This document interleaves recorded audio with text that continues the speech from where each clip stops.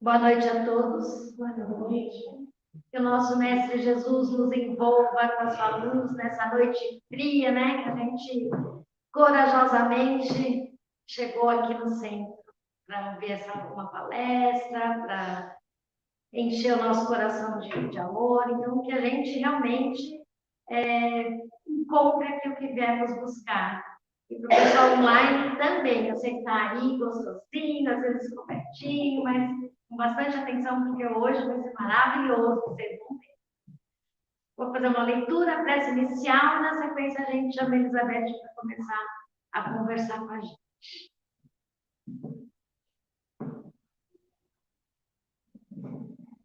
É um trecho de Minutos de Sabedoria. Não creia que encontrará a perfeição naqueles que o rodeiam. A sublimidade é difícil. Portanto, se encontrar falhas naqueles que você admira, não se decepcione. Dê a eles mais carinho e apoio para que possam reparar as oportunidades perdidas. Não despreze a quem erra, procure erguê-lo, exaltando aquelas qualidades que todos têm dentro de si, de modo que ele possa vencer e subir. Caridade, né, gente? Agora vamos nos acomodando em nossos assentos, elevando o nosso pensamento, pedindo que a espiritualidade nos auxilie, nos acompanhe nessa noite, que estejamos todos com a nossa mente e o coração aberto para que vai ser passado por gente. Pai nosso que estais no céu, santificado seja o vosso nome. Venha a nós o nosso reino, seja feita a vossa vontade, assim na terra como no céu. O pão nosso de cada dia dai-nos hoje, perdoai as nossas dívidas, assim como nós perdoamos os nossos devedores. E não nos deixeis cair em tentações, mas livra-nos, Senhor, de todo mal. Que assim seja, graças a Deus. Que a espiritualidade envolva a Elizabeth, e que a gente também aproveite, né? Porque ela preparou com tanto carinho para a gente. Bem-vindo.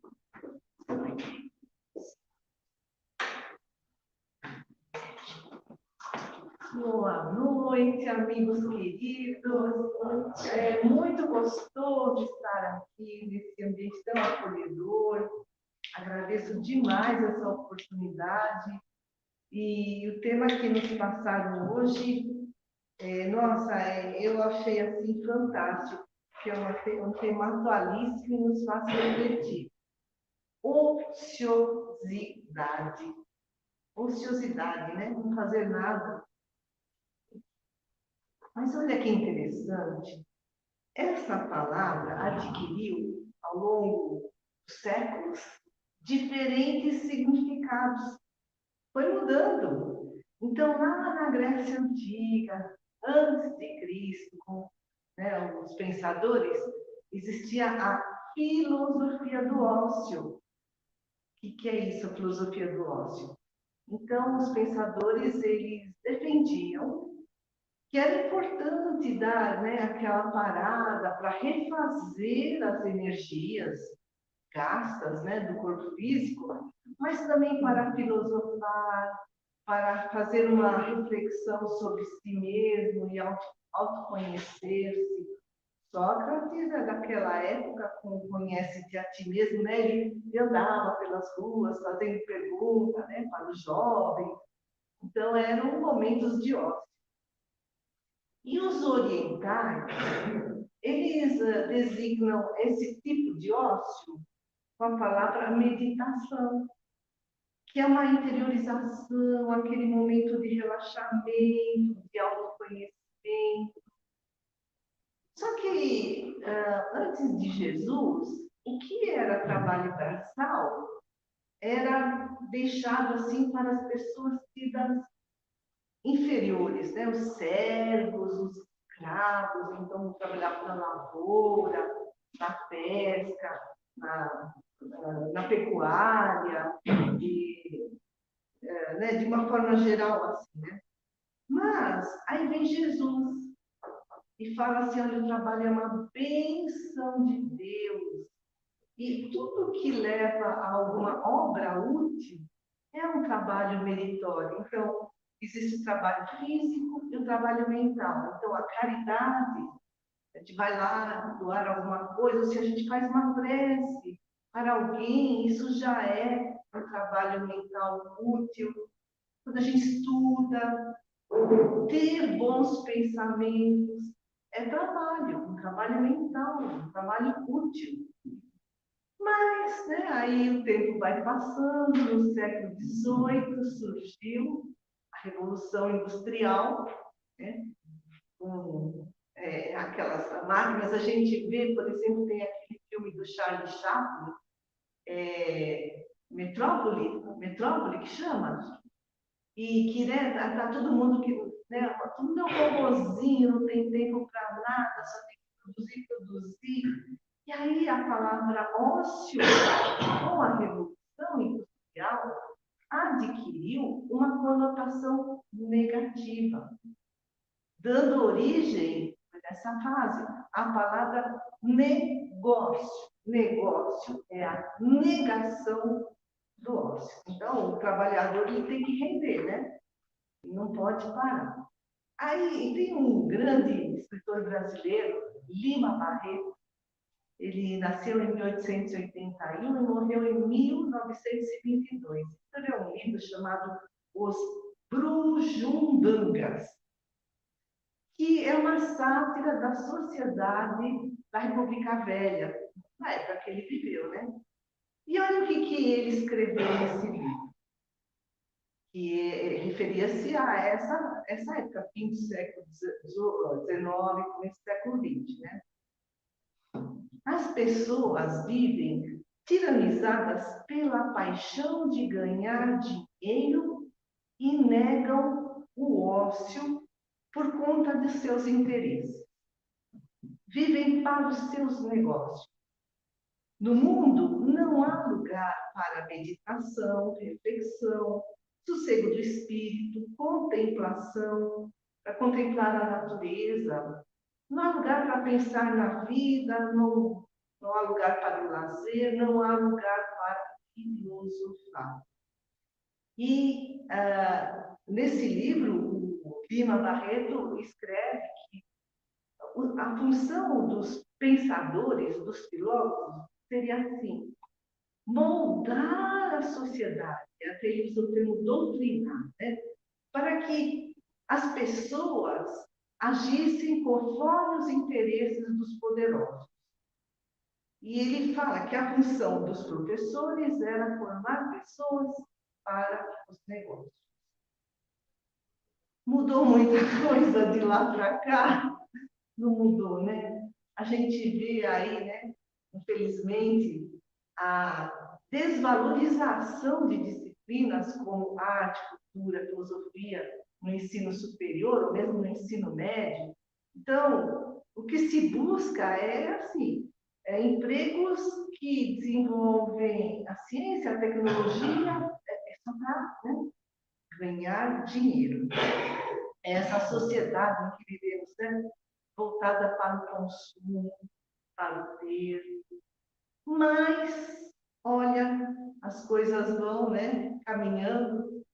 Não sei se vocês já ouviram falar do Domenico De Masi, é um sociólogo italiano, muito famoso. Ele escreveu o livro O Ócio Criativo. Ele fala assim: ócio tem a função de potencializar a nossa criatividade. Por isso, ele deu o nome de ócio criativo, né? Criatividade é essa nossa capacidade, assim, de resolver desafios, de incubar ideias, né? Diante de algum impasse, aí vem aquele insight, e aí surge, né, até aquela lampadinha, né, do professor lá, né? Lampadinha, o professor Lampadinha, o professor Pardal, né? Aquele insight, daí vem aquela alegria, aquele bem-estar. Então, Para o Domênico Massi, nessa é a função do ócio criativo. E por quê? Porque o nosso cérebro não para nunca. Mesmo quando a gente vai dormir, o cérebro está lá, funcionando, o espírito vai, né? Vai estudar, vai farrear, vai trabalhar, ele escolhe, né? Mas o cérebro está sempre funcionando. E nesse momento de ócio criativo, o que acontece é como se assim, nós fôssemos um carro parado, mas o motor funcionando, a marcha em ponto morto. E então surge, né, esse momento de devaneio, divagação, de meditação. Então os pensamentos fluem, né, vão longe, longe. Aí é que surgem essas ideias luminosas, essa criatividade, esses insights. Então, o corpo físico, apesar do cérebro nunca parar, o corpo físico precisa de repouso. E o cérebro também, se ele ficar numa constante assim, atividade de muita preocupação, muita concentração, ele também vai entrar, né, nós, assim, numa fase de estresse. Nós vamos acabar adoecendo, precisamos fazer pausas.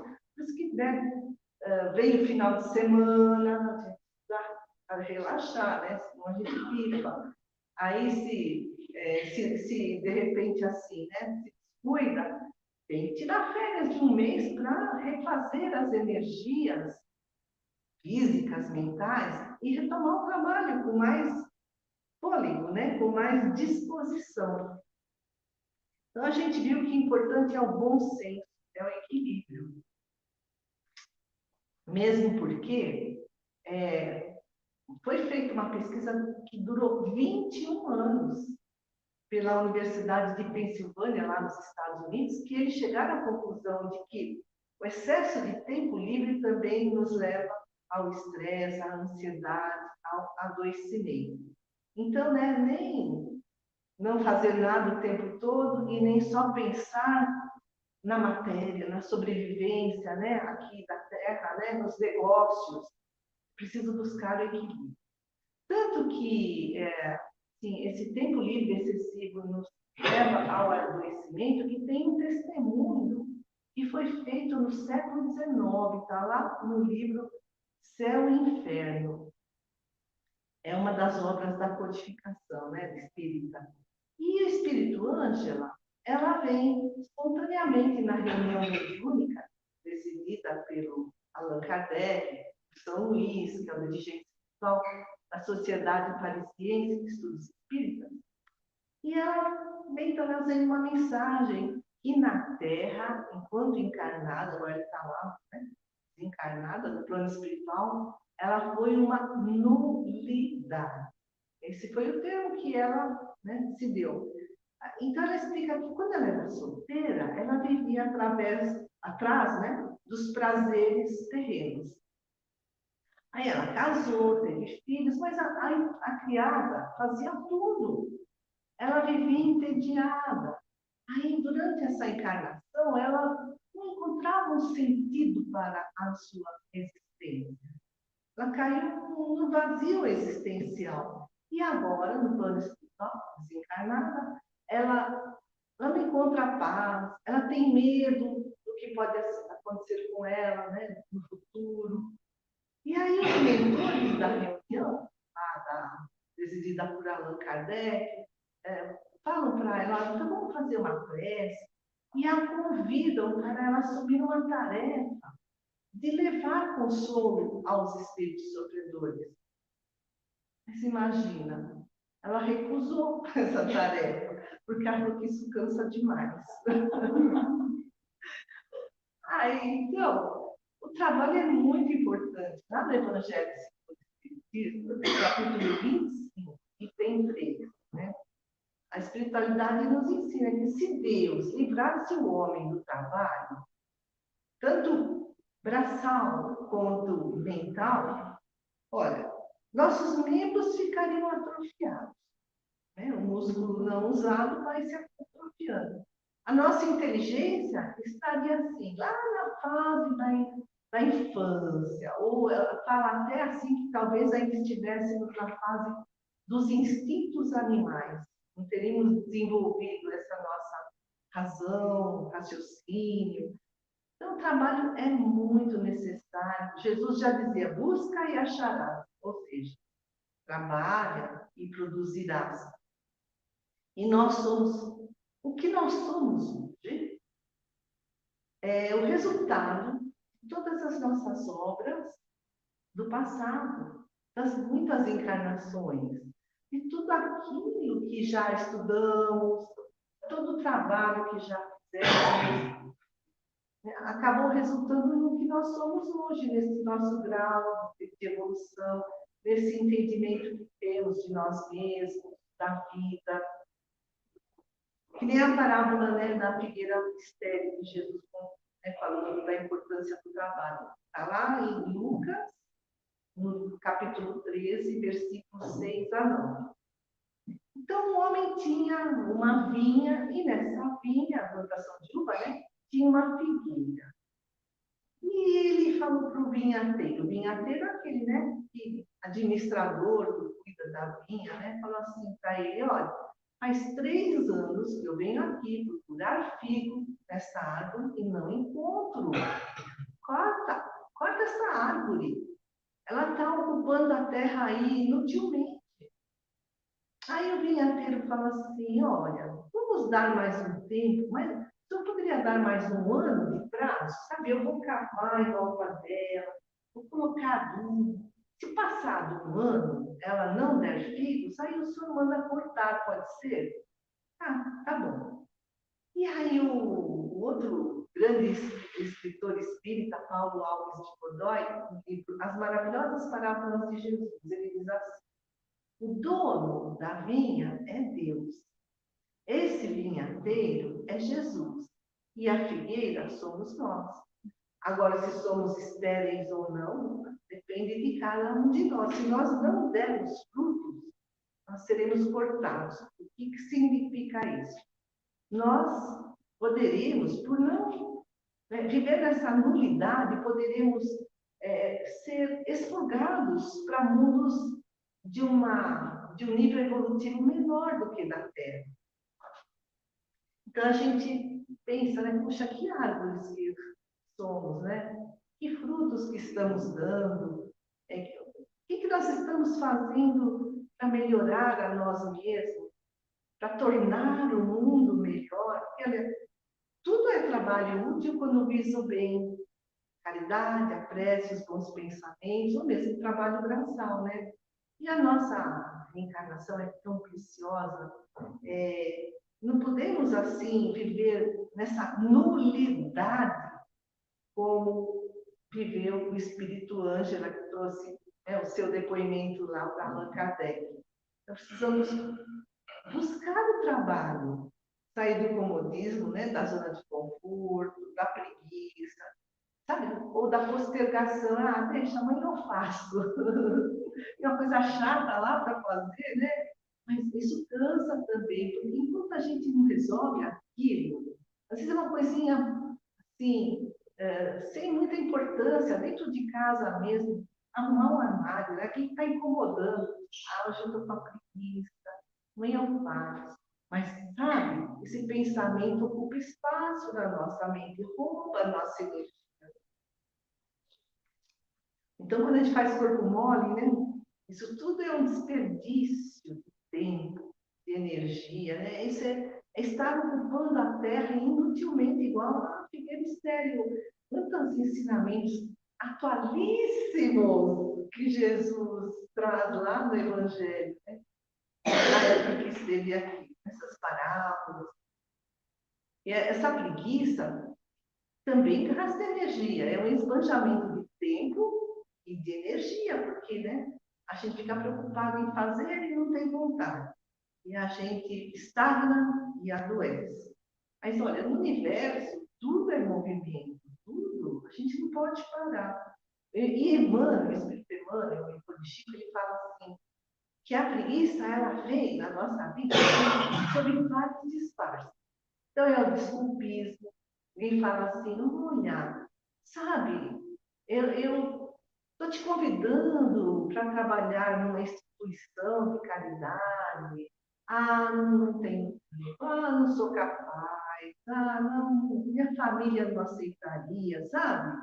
As desculpas que a gente vai dando.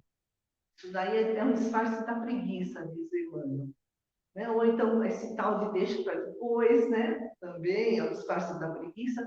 E mais, quando a gente não assume as tarefas, porque a gente tem medo, ou a gente está inseguro quanto às nossas capacidades, aos nossos talentos.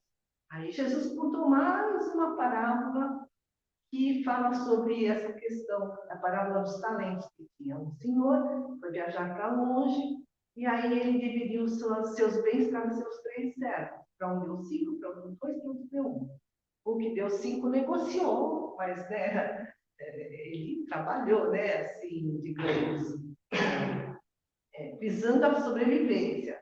E devolveu 10 para o seu patrão. O que recebeu 2 também negociou e devolveu 4. Mas aquele que recebeu 1 ficou com medo, porque dizia assim: meu patrão é muito severo. Imagina se eu perco esse talento aqui nas negociações, melhor enterrar. Ferrou por medo, por insegurança. Aí veio, né, o dono do dinheiro e fala: prestem contas. E né, elogiou os 2 primeiros e disse: olha, servo mal e infiel. Então, nem assim enterrar o talento, né? E nem um exagero de não cuidar do espírito, não fazer essa autorreflexão, esse autoconhecimento. O irmão X, ele escreve assim, é o pseudônimo do espírito Humberto de Campos, né? Ele fala assim: a queda verdadeiramente perigosa é aquela em que nos comprazemos entorpecidos e estacionários. A gente pensa assim, né? Ah, posso deixar para amanhã, né? E a gente não sabe o quanto isso acarreta prejuízo para nós mesmos, porque aqui, segundo o irmão X, se a gente cai nessa situação com constância, isso é uma queda muito perigosa. A gente vai se entorpecendo, vai estacionando, que nem aquela história vocês provavelmente já ouviram, do mestre ia caminhando com os seus discípulos numa rua esburacada, cheia de lama, e mais para frente eles veem um carro atolado. E o dono do carro, ajoelhado, rezando, rezando, para que Deus viesse tirar o carro do buraco. O mestre olhou e seguiram adiante. Um pouco adiante, um outro carro atolado e um homem estava tão bravo. Ele xingava, mas ele fazia todo o possível para tirar o carro da lama. Aí o mestre falou para os discípulos: vamos ajudar. E tiraram o carro da lama. Passados, né, mais alguns passos, aí os discípulos perguntam, né, do mestre: mas mestre, aquele primeiro, né, motorista, ele rezava, né, era um homem de bem, como é que nós o ajudamos? Aquele segundo, ele xingava, ele estava furioso, e nós o ajudamos. Aí o mestre fala, né, que esse daí estava trabalhando. A fé sem obras é morta. O primeiro só rezava, queria que Deus fizesse a parte dele. Né? O segundo não. Ele fazia a sua parte. Então, o André Luiz também, né, de vários espíritos que foram psicografados pelo Chico Xavier em vários livros, também dá um alerta que a hora perdida é um dom de Deus que não volta mais. Puxa vida, né? E aí, nessa hora, que se perde levianamente, corre-se o risco até de atrair obsessores. Porque a gente, né, fica assim, naquela coisa assim de estagnação, de vazio existencial, de desânimo. Então, o André Luiz fala assim: se surgir uma hora vazia, tem momento, né? Eu ainda estou com energia, meu corpo físico ainda está dando para queimar um pouco mais, né? a lenha. Então, ajudar o próximo. Ele falou, então sai para ajudar o próximo. Vai plantar uma árvore, vai ler um livro, ele fala. Ou então tenha pensamentos úteis, tenha pensamentos novos. Também preenche essa hora vazia. Aí Emmanuel nos fala, olha, não te esqueças da hora que passa. Essa hora está nos convocando à construção do nosso espírito. Nosso único patrimônio real é aquele que se constitui de nossas obras. Então, André Luiz também, né? A gente está indo assim, né, elencando assim, várias mensagens da espiritualidade. Ele fala assim, olha, o tempo da nossa encarnação é muito curto. Mesmo que a gente viva muitos anos aqui na Terra, 100, 80, 90, mas esse tempo é muito curto diante da quantidade de serviço que nos é solicitado fazer. E quando a gente, né, planeja a reencarnação, dizem os espíritos, a gente se propõe a fazer tanta coisa e a gente reencarna, não faz nem metade daquilo que planejou. Né? Aqueles que conseguem, que são raridade, como Chico Xavier, são chamados até de completistas, né? Fizeram tudo que haviam planejado. Então é importante aproveitar bem o nosso tempo, trabalhando pela nossa sobrevivência na Terra, cuidando dos nossos negócios, sim, mas também não esquecendo de trabalhar os valores do espírito, que é o momento em que estamos nesse ócio criativo, né? Bom, sem nem esquecer o descanso, é claro, né? Tanto o descanso, os próprios espíritos falam da importância, lá no livro dos espíritos, 682 a 685, que o descanso é necessário, sim, para que a gente repare as nossas forças físicas, as nossas forças mentais. Tanto que Allan Kardec fala, qual o limite do trabalho? E eles respondem, é o limite das suas forças. Mas só que Deus dá a cada um de nós uma liberdade de liberdade de fazer escolhas. Então, cada um, né, escolhe, né, se quer aproveitar essas horas vazias ou não. No entanto, conforme mais nós formos evoluindo, menos nós vamos nos cansando. Esse corpo físico ainda é muita matéria, sabe? Ele sofre muitas transformações, envelhece, adoece.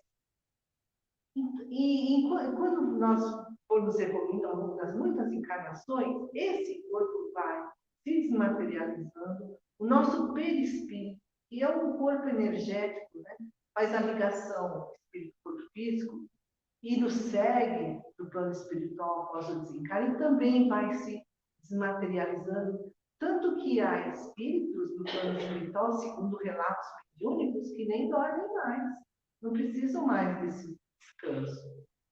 O André Luiz ainda dorme, né? Ele conta lá no nosso lado que até sonhou, né? Sonhou, ele fez uma viagem astral lá para Alvorada Nova, onde está a mãe dele, no plano superior. Aí, nesse livro, ainda no nosso lar, o André Luiz conta que o governador daquela cidade, há 114 anos, trabalha sem descanso.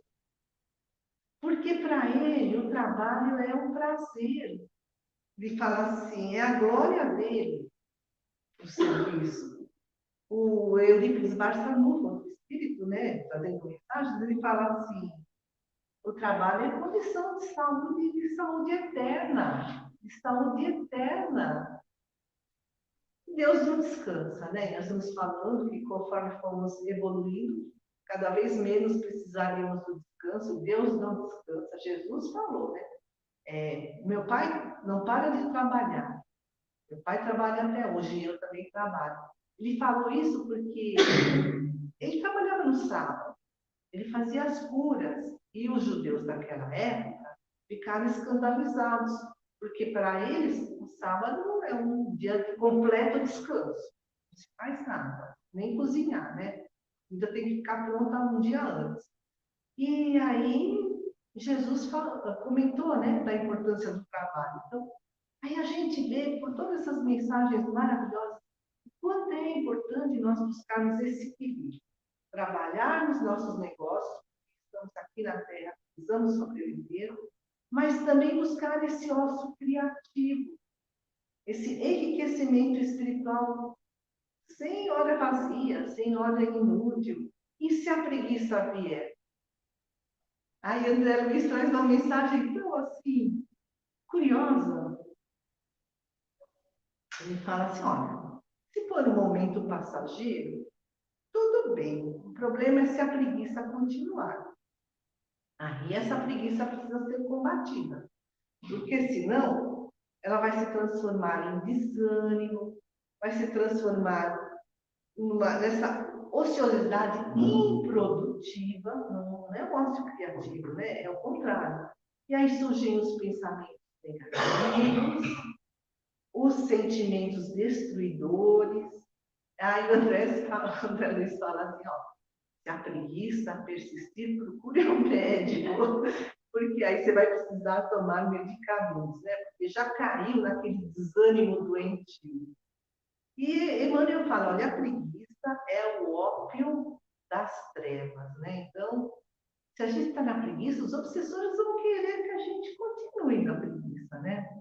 Os que não trabalham não se transformam facilmente e aí caem nesse tédio, nessa ociosidade, caem na revolta, caem no desespero, no desequilíbrio, no ressentimento, no pessimismo e até na loucura. O Espírito Ângelo, ela falou que ela estava desnorteada de lá, por conta da vida inútil que teve aqui na Terra. Então, é assim, nós vivemos numa sociedade que é muito fixada nas posses, né? Valoriza muito ter. Tem pessoas que só trabalham para isso, para conquistar bens materiais, e esquecem que são espíritos imortais, esquecem fazer a reforma íntima, ou a meditação, segundo os orientais, busca do autoconhecimento, né? Não utilizam esse ócio criativo. Nós estamos imersos nessa sociedade, então, né, envolventemente, assim, opressora nesse sentido. A maioria está muito ocupada materialmente, mas ociosa espiritualmente, só cuida dos seus negócios, só cuida do corpo, esquece o espírito. E se nós, né, ficarmos focando só o presente, nós vamos até, assim, perder a oportunidade de fazer saber quem somos. Tem muitas pessoas que nem pensam para onde irão depois do desencarne. Tão focadas que estão no ter, tão focadas que estão em conquistar esses bens terrenos no aqui e agora. E tem cientistas que, né, pioram a situação, dizendo que o espírito não existe, que a mente é só resultado, né, do cérebro, é um produto cerebral. Mas aí, o que acontece? As pessoas vão vivendo, né, nessa vida assim de loucura, de ganância, e aí morre um ente querido da sua família, um amigo muito próximo, ou elas acabam passando por situações muito graves, ou estão num processo de doença terminal, aí, nossa, aí começam a pensar, né? Para onde eu vou depois dessa? O que eu estou fazendo da minha vida? Aí que começa, aí despertam, né? Para a importância da imortalidade da alma. E aí começam a procurar um significado para a sua própria existência. O Espiritismo já desde agora nos ensina, né? Esse corpo físico, né? Ele é só um instrumento do nosso espírito imortal. Quando a gente morrer, vai ficar aqui decompondo, mas a gente segue para o plano espiritual e depois reencarna. Em tibetano, o corpo físico chama-se Lu. tibetano. Os tibetanos são budistas, né? E tanto que quando eles falam essa palavra, que significa algo que se deixa para trás. Lu, para eles, representa esse corpo físico e a tradução é algo que se deixa para trás. E quando eles pensam nessas palavras, falam nessa palavra, eles se lembram que estão aqui de passagem. São viajantes só, né? Nesse plano terreno, que a vida é uma constante impermanência. E aí eles passam a buscar assim um bom aproveitamento dessa encarnação, buscando essa autoiluminação através da meditação, né? Trabalhando a inteligência, os valores morais, a verdadeira propriedade. Isso é verdadeira propriedade, porque será nosso para sempre, né? Tudo que a gente conquistar da moralidade e da intelectualidade. Então, o Espiritismo também nos ensina tudo isso. Então, a gente já pode despertar desde já, né? Mas, para muita gente, a morte ainda é esse grande mistério. Só que uma coisa a gente tem certeza, um dia todos vamos para o lado de lá, ou para algum lugar, tem gente que acha que morreu, acabou tudo. Então, assim, essa é a grande certeza, né? E um dia todo mundo vai morrer. E o que acontece quando as pessoas não buscam conhecimento e fogem de pensar na morte? Aí é que vem o medo, aí que vem a fuga. Ah, eu não quero pensar nisso. Ih, assunto mais chato. Sabe? É fuga, não trabalham essa realidade em si mesmos. Tem um livro chamado Livro Tibetano sobre a Vida e a Morte, Sogyal Rinpoche. Olha aqui, reflexão fabulosa que ele colocou lá. A razão mais profunda para recearmos a morte é talvez por não sabermos quem somos. Não é fantástico? Porque ele fala assim, muitos de nós acreditamos que nós somos esse corpo físico. Nós somos os bens que nós temos, nós somos os negócios que nós temos, nós somos a nossa posição social, nós somos o integrante da nossa família ou no nosso grupo de amigos.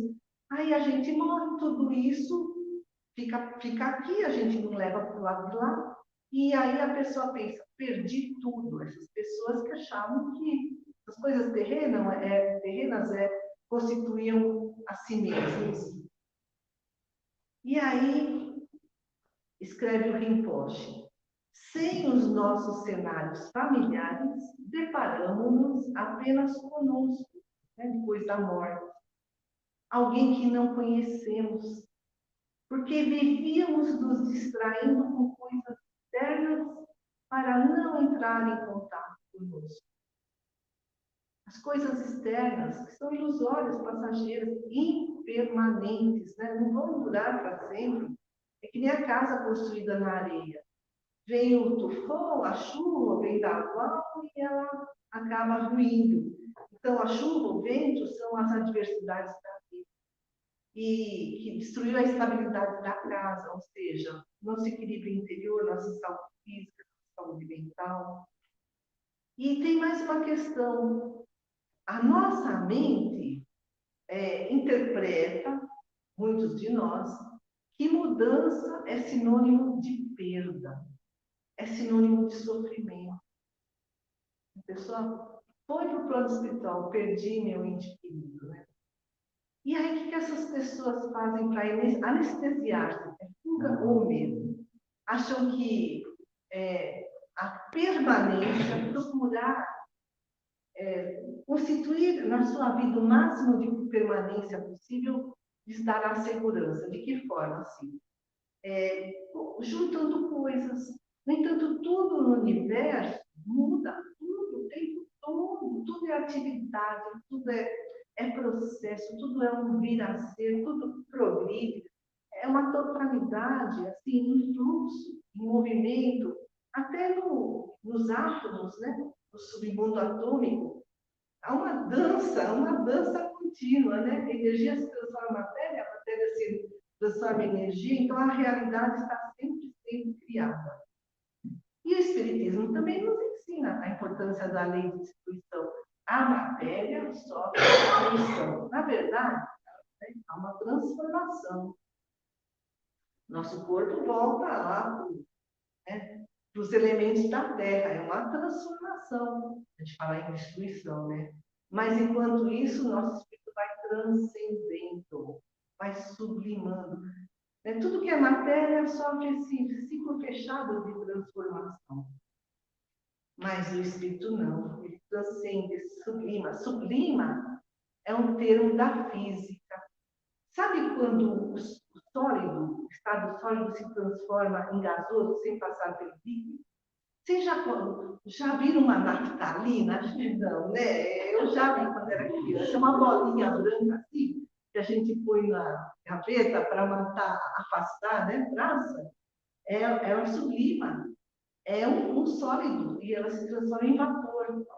Não passa pelo líquido. Então, a psicologia pegou emprestada a palavra sublimar para designar assim a elevação, a transcendência, né? A autoiluminação. Então, o caminho disso é buscar esse equilíbrio, cuidar do corpo, do espírito, né? Trabalhar tanto para a nossa sobrevivência aqui na Terra, mas também trabalhar para o nosso desenvolvimento espiritual, para a ampliação da nossa consciência, né? Porque se a gente ficar assim, numa consciência aqui agora, só cuidando do material, o nosso pensamento fica na superfície, instável, não faz conexões que a gente consegue nos insights, no filosofar, no ócio criativo. Fica que nem uma pulga pulando para lá, para cá, sabe? Enquanto que, se a gente aprofunda os nossos pensamentos nesses momentos criativos, ócio criativo, a gente amplia a nossa consciência, o nosso entendimento de quem somos. Olha a importância, né? E aí a gente combate esse medo da impermanência. A gente, assim, consegue trabalhar essa nossa vício de acumular coisas, né? Que dá essa impressão de segurança e que, no fundo, nos torna escravos da matéria e dos negócios. E olha, escravos, porque a gente gasta muito tempo e energia para manter tudo que a gente tem, né? Casa, carro, emprego, né? É necessário, mas tudo por exagerado acaba, né? Extrapolando os nossos limites. E a sociedade, assim, precisa tomar muito cuidado. Tudo para chegar nesse ponto. A nossa sociedade se alimenta dessa nossa ansiedade, dessa nossa ganância. É isso que sustenta a máquina de consumo. A gente precisa tomar muito cuidado, sabe, para não ir de rondão, porque essa sociedade atual é altamente organizada, sofisticada, é uma sociedade versátil que nos ataca de todos os lados com a propaganda. Compra para você ter feliz. Consuma, né? Porque eles precisam de lucros. E aí tem essa dependência difícil de ser superada. E a gente acaba correndo atrás de falsas esperanças, né? Que prometem essa felicidade que, no fundo, só nos trazem sofrimento, igual a água do mar, né? Quanto mais você bebe, mais você tem sede. Então, tomemos cuidado, né? Porque tudo é impermanente, a matéria está numa constante transformação, esse corpo é frágil, a nossa vida, por consequência, é frágil. Por isso mesmo, a nossa vida é muito preciosa, muito mesmo. A gente precisa aproveitar, viver bem, preencher essas horas vazias com trabalhos úteis, buscando, né, simplicidade, equilíbrio, para ter preocupação necessária. E aí vai sobrar mais tempo para a gente se dedicar à espiritualidade, ao conhecimento e ao ócio criativo, né? Então, amigos, agradeço muito a atenção de vocês. Que a paz do Mestre desenvolva sempre.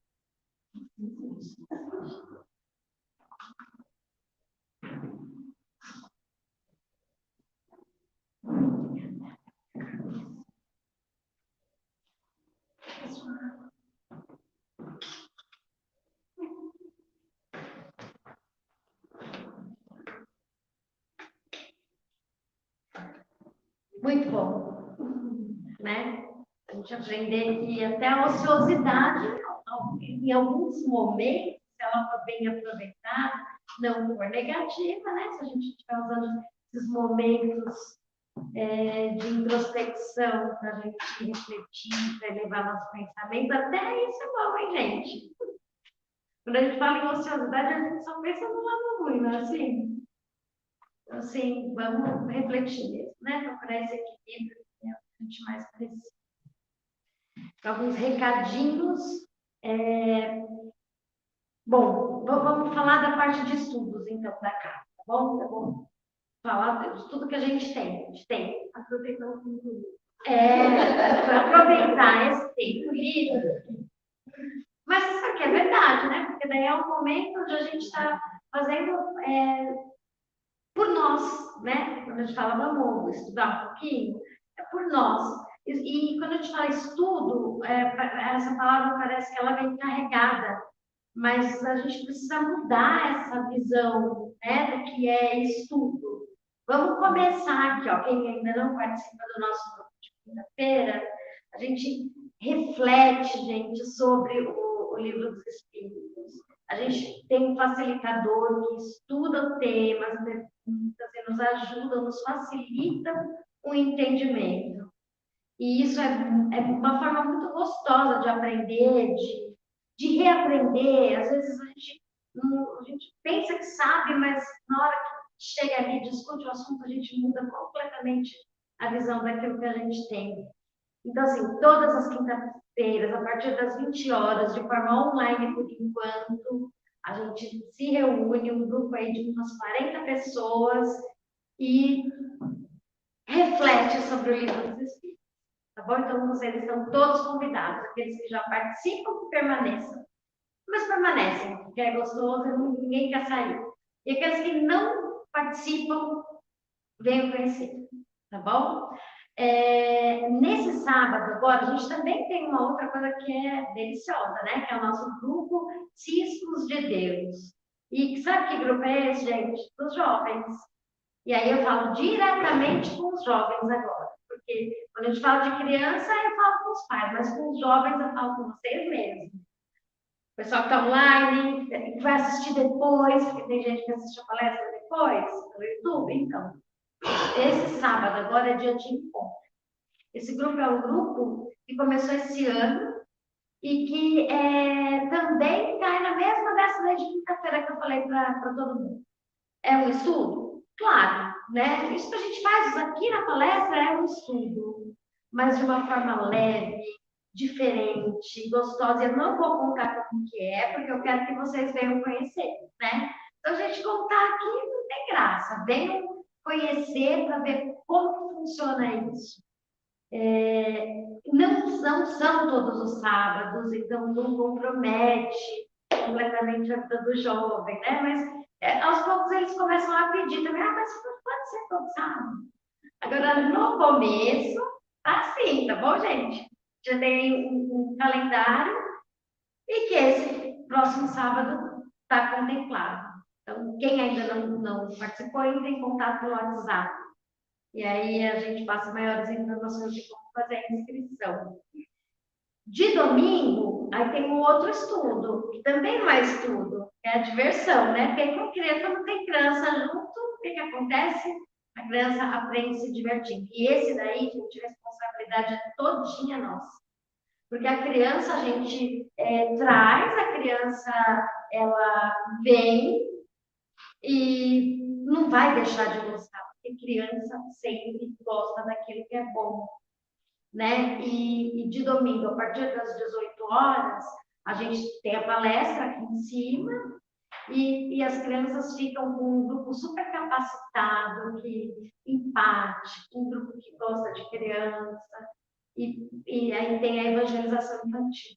Então, tragam os seus filhos, a responsabilidade é sua, é minha, é nossa. As crianças não vêm sozinhas e precisam ser encaminhadas aí para o seu autoconhecimento, para crescer uma pessoa melhor, né? A nossa responsabilidade. Bom, gente, hoje eu vou dar esses recadinhos só, porque a gente está, né? Eu já falei bastante.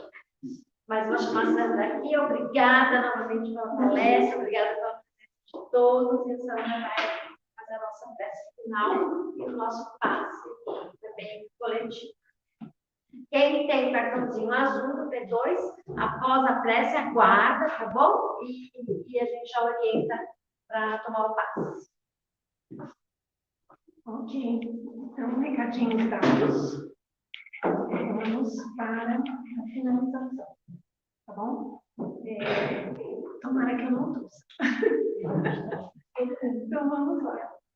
Vamos fechando os nossos olhos, agradecendo a espiritualidade que nos trouxe até aqui, nossos mentores, os mentores dessa casa, desse grupo de estudo, Francisco Xavier, a todos aqueles que colaboraram, né, para que estivéssemos aqui e para que a nossa casa estivesse preparada para nos receber.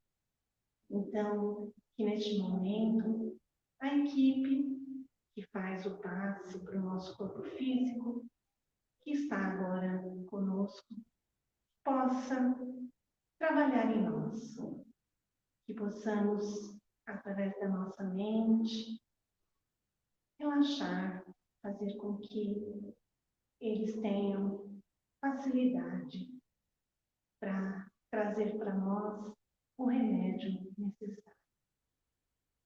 Trazer para nós a esperança, o consolo, aquilo que hoje viemos até aqui buscar.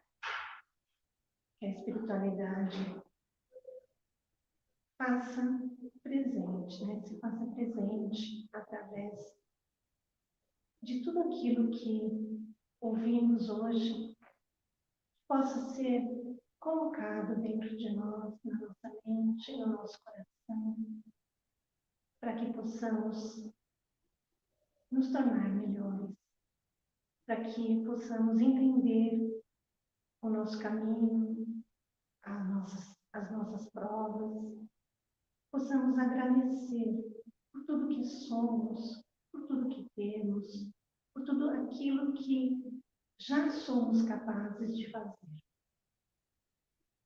Agradecemos imensamente ao nosso irmão Jesus, que está sempre nos orientando, nos guiando, mostrando-nos o caminho. É só chamar. Agradecemos a nossa mãe querida, que está sempre conosco, nos guiando, nos envolvendo, trazendo a paz, trazendo o consolo, nos envolvendo de forma a que tenhamos sempre a certeza de que não estamos sós. Em agradecimento, gratidão, que possamos neste momento elevar o nosso pensamento a todos aqueles que neste momento estão passando por dificuldades que nós nem imaginamos quais são. Que possamos agradecer sempre e mais.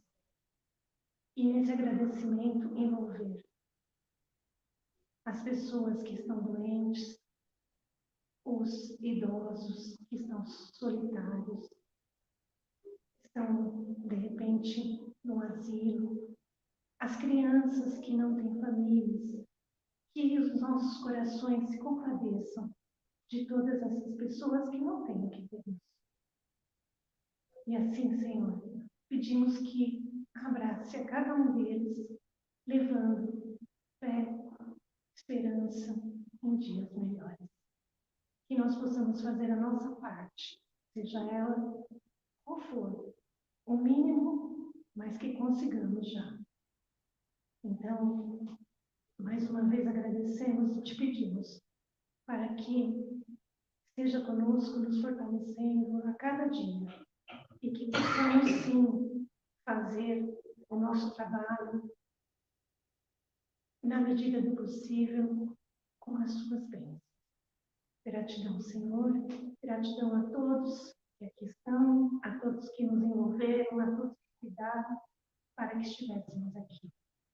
Que assim seja. Muito obrigada. Que a gente possa estar aqui na próxima terça-feira novamente. Gratidão, gente. Quase que a gente não saiu. Tchau, tchau.